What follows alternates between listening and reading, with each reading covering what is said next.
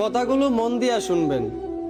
গাধাকে যখন সৃষ্টি করা হলো তখন গাধাকে বলা হলো, তোমাকে সকাল থেকে সন্ধ্যা পর্যন্ত প্রচুর পরিশ্রম করতে হবে, সারাদিন পিঠে বোঝা বয়ে বেড়াতে হবে, খেতে পারবে শুধুই ঘাস, তোমার মাথায় কোনো বুদ্ধি থাকবে না, আর তোমার আয়ু দেওয়া হবে 50 বছর।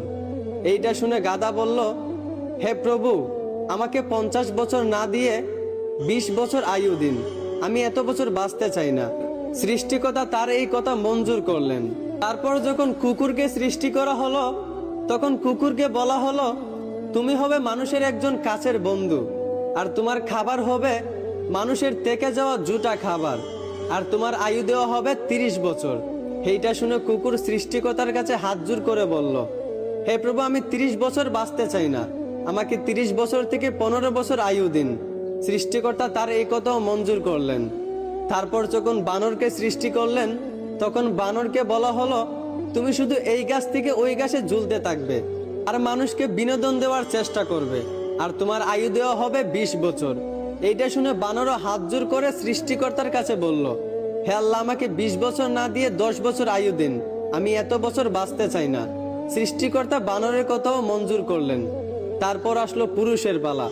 পুরুষকে যখন সৃষ্টি করা হলো তখন পুরুষকে বলা হলো, তুমি হলে প্রাণীদের মধ্যে সবচেয়ে বিচক্ষণ এবং বুদ্ধিমান, এই জন্য তোমাকে প্রাণীদের শিরোমণি করা হলো, আর তোমার আয়ু দেওয়া হবে 20 বছর।